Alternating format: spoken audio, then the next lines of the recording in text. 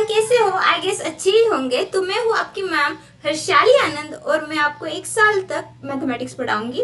तो हमने कल के लेक्चर में क्वेश्चन नंबर 2, क्वेश्चन नंबर 3 और क्वेश्चन नंबर 4 सॉल्व किए थे और आज के लेक्चर में हम क्वेश्चन नंबर 5, क्वेश्चन नंबर 5 और क्वेश्चन नंबर 6 सॉल्व करेंगे। आपको बार ग्राफ देखा है कभी? ऐसे मतलब एक बहुत सी शीट दी जाती है और उस पर ग्राफ्स बने जाते हैं और उसे तुम्हें सॉल्व करना होता है। तो इस पे क्या दिया है? Represent the data in adjacent bar graph as frequency distribution table. यहाँ पे तुम्हें इस ग्राफ पे ना डेटा दिया है और तुम्हें उसे फ्रीक्वेंसी डिस्ट्रीब्यूशन टेबल में लिखना है। तो सबसे पहले ट्रिक हम क्या करेंगे, यहाँ पे देखते हैं कि क्या क्या दिया है। इसमें दी है कार, फिर बाइक, फिर ऑटोज और फिर साइकिल दिख गई है। फिर उसके बाद उसके नंबर्स दिए हैं, जैसे 5, 10, 15, 20, 25, 30, 35, 40, 45 एंड 50 आ गया। अब सेकंड चीज क्या करनी है? अब करना है यहाँ आकर उसका एक टेबल बना लेते हैं। ओके, तो चलो मेरे साथ सब लोग टेबल बनाओ। बुक और पेन लो और टेबल बनाओ। ओके, ऐसे ड्रॉ करते। सबसे पहले टेबल मेरा टेढ़ा जाएगा पर तुम्हारा सीधा आना चाहिए। स्केल का यूज करना सब लोग, ठीक है? ओके, यहाँ पे लिखते हैं नंबर और यहाँ पे लिखते हैं व्हीकल।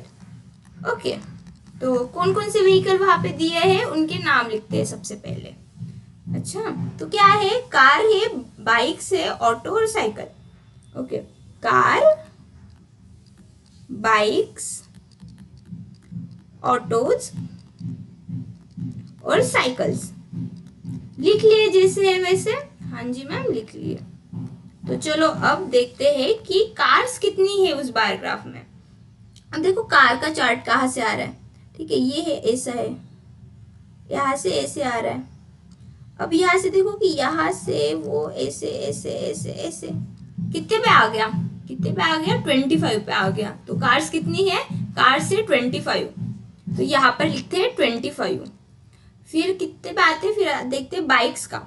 तो बाइक्स का कहाँ से आ रहा है? देखो एंड पॉइंट देखना है और एंड पॉइंट से एकदम नीचे नीचे नीचे नीचे सीधे जाना है। कितना दिख रहा है? 45। फिर बाइक्स के नीचे लिखते हैं 45। फिर आते हैं ऑटोज पे। अब ऑटोज का देखो, ऑटोज का यहाँ पे से नीचे नीचे नीचे नीचे जाके कितने पे दिख रहा है? 30 पे। तो ऑटोज का कितना है? 30 है, तो यहाँ पे लिखते हैं 30। और फिर आते हैं साइकिल्स पे।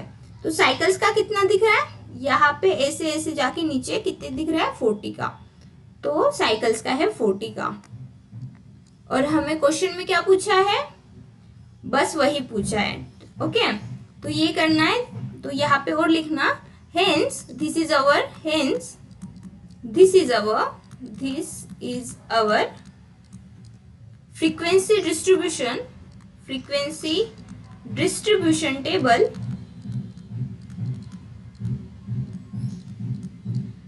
frequency distribution table for the graph। समझ गए? इतना सिंपल होता है। अब मैं चाहती हूँ कि सेकेंड वाला क्वेश्चन तुम खुद सॉल्व करो। अब देखो क्वेश्चन, और क्या करना, इसमें नंबर्स देखने हैं, इसमें नंबर्स देखने हैं और ये जो है ये डेटा दिया है।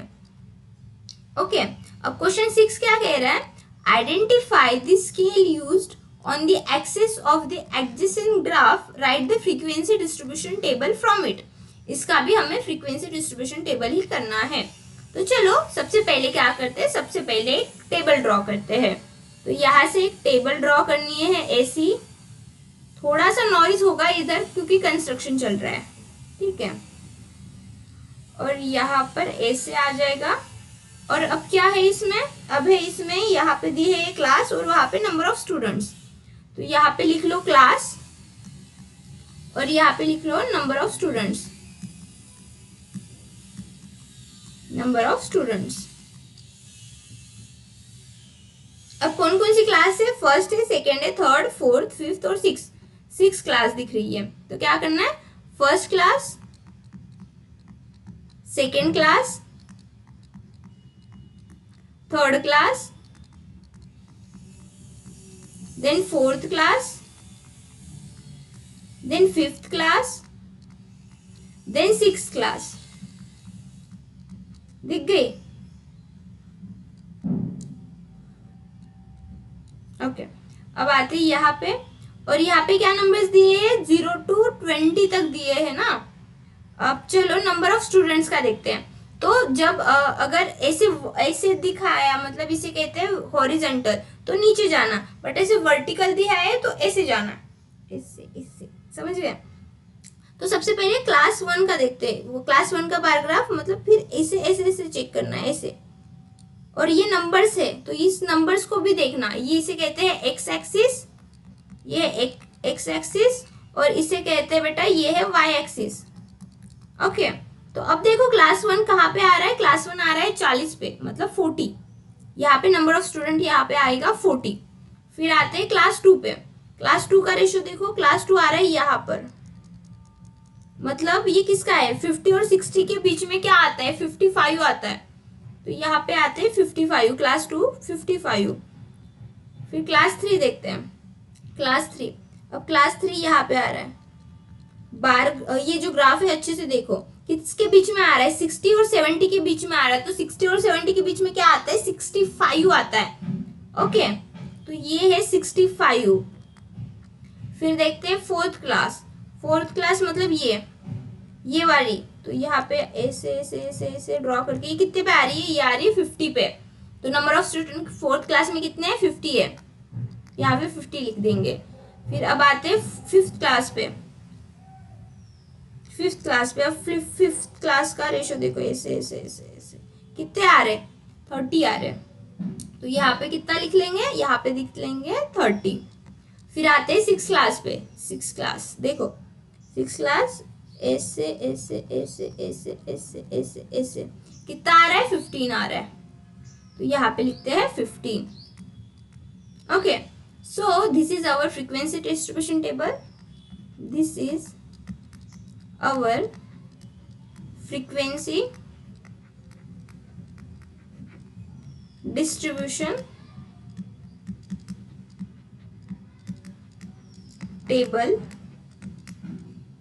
ओके, तो ये है हमारा क्वेश्चन नंबर 1 और क्वेश्चन नंबर 2 के आंसर्स, जो कि काफी सिंपल है और तुम्हें ऐसे ही टेबल्स बनाने हैं। समझ आ गए बच्चों? तो ये हमारा क्वेश्चन नंबर 6 और क्वेश्चन नंबर 7।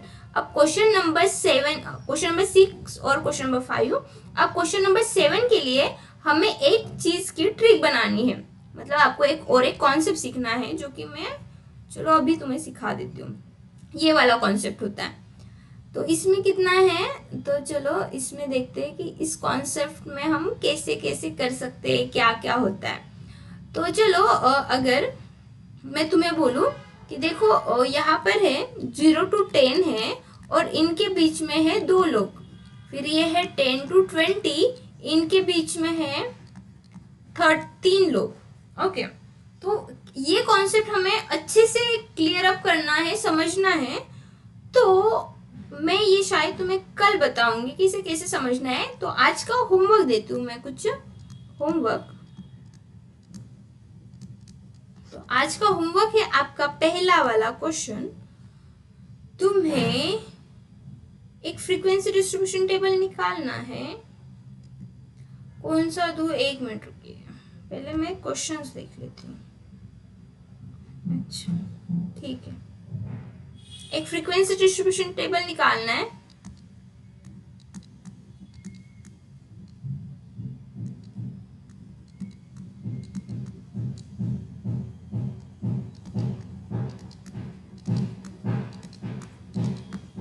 इसका एक frequency, find out the frequency distribution table.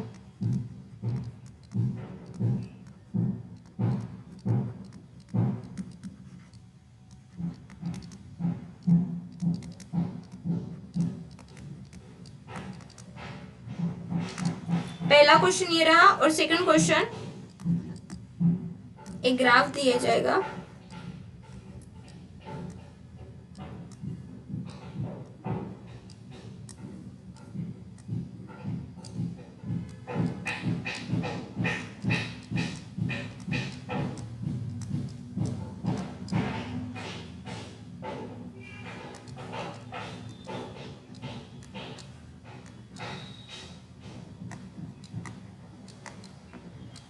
Now find the frequency distribution table.